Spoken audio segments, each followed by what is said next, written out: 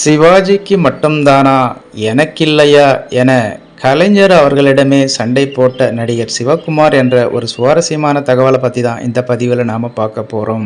அதை பார்க்குறதுக்கு முன்னாடி hi friends, I'm C Elango. வணக்கம், welcome back to my channel.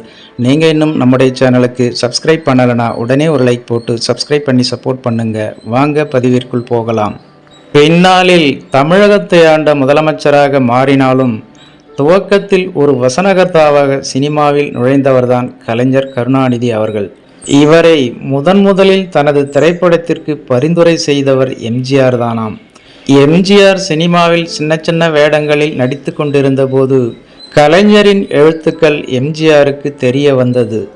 எனவே ராஜகுமாரி என்ற திரைப்படத்தில் எம்ஜிஆருக்கு ஹீரோவாக வாய்ப்பு கிடைத்த போது எம்ஜிஆர் நடிக்கவிருந்த ராஜகுமாரி என்ற அந்த திரைப்படத்திற்கு கலைஞர் அவர்களை வசனம் எழுத வைக்கலாம் என அந்த திரைப்படத்தின் தயாரிப்பாளரிடம் சொல்லியிருக்கிறார் எம்ஜிஆர். மேலும் கலைஞருக்கு தந்தி கொடுத்து ரயில் மூலம் அவரை கோவை வர வைத்தார். அதோடு ரயில் நிலையத்திற்கு நேரில் சென்று கலைஞரை அழைத்து வந்தார் எம்ஜிஆர். அதன் பிறகு எம்ஜிஆரின் சில படங்களுக்கு கலைஞர் வசனம் எழுதியிருக்கிறார். அதேபோல் சிவாஜி அறிமுகமான பராசக்தி திரைப்படத்திற்கு அவர் எழுதிய வசனம் தமிழ் சினிமாவை புரட்டி போட்டது. இப்படியெல்லாம் கூட வசனம் எழுத முடியுமா என ரசிகர்களை ஆச்சரியப்படுத்தியது. அந்த திரைப்படத்தின் கிளைமாக்ஸ் காட்சிக்கு பக்கமாக வசனம் எழுதியிருப்பார் கலைஞர் அவர்கள். அந்த பக்கமான வசனத்தை அற்புதமாக பேசி நடித்திருப்பார் நடிகர் திலகம் சிவாஜி கணேசன். இதையெல்லாம் பார்த்து சினிமாவுக்கு வந்தவர்தான் நடிகர் சிவகுமார். கலைஞர் எழுதிய பல வசனங்களை மனப்பாடம் செய்து வைத்திருக்கும் நடிகர் அவர். கலைஞரின் கதை வசனத்தில் உருவான பாச பறவைகள் என்ற திரைப்படத்தில் நடித்தார் சிவகுமார். அப்பொழுது பராசக்தி என்ற திரைப்படத்தில் எழுதியது போல தனக்கும் கலைஞர் அவர்கள் வசனம் எழுதி கொடுப்பார்.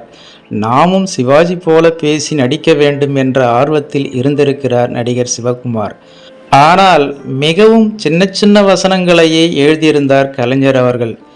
ஏமாந்து போன நடிகர் சிவகுமார் அவரிடம் இது பற்றி கேட்டபோது, இப்போதெல்லாம் யாரப்பா அந்த மாதிரி வசனங்களையெல்லாம் ரசிக்கிறாங்க என சொல்லியிருக்கிறார் கலைஞர் அவர்கள்.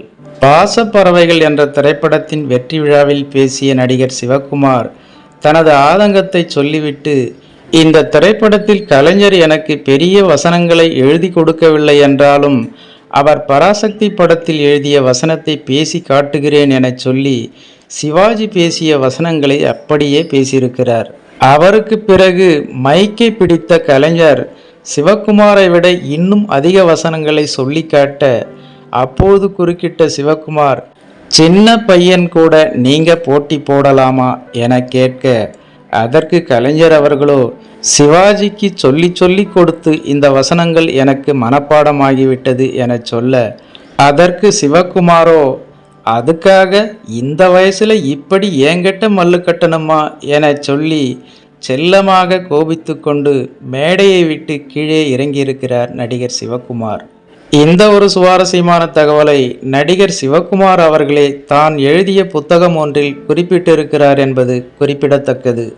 ஓகே ஃப்ரெண்ட்ஸ், கலைஞர் அவர்கள் பெரிய வசனம் எழுதி கொடுப்பார் என்று நம்பி ஏமாந்த நடிகர் சிவகுமார் என்ற இந்த ஒரு சுவாரஸ்யமான தகவலை பற்றி நீங்கள் என்ன நினைக்கிறீர்கள் என்ற உங்களோட கருத்துக்களை மறக்காம கமெண்ட்ல பதிவிடுங்க. மேலும் இது போன்ற வேறொரு சுவாரஸ்யமான தகவலுடன் சந்திக்கலாம். அதுவரை உங்களிடமிருந்து விடைபெறுவது எம் சி இளங்கோ. நன்றி, வணக்கம், வாழ்க தமிழ்.